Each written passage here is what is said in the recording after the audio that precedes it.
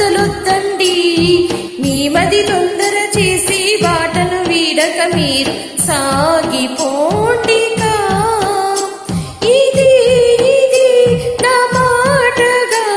పది పది నా పాటగా ఎన్నెన్నో వర్ణాలు నీదంటూ ప్రత్యేకం నాదంటూ లోకం పడలేను ఈ జోక్యం అంతేనండి బాగుంది మీ టేస్ట్ నాకెంతో నచ్చేట్టు మనసెంతో మెచ్చేట్టు మీ మీదొట్టు అందుకే నీ దిగి వచ్చని నా తల వంచ స్నేహబా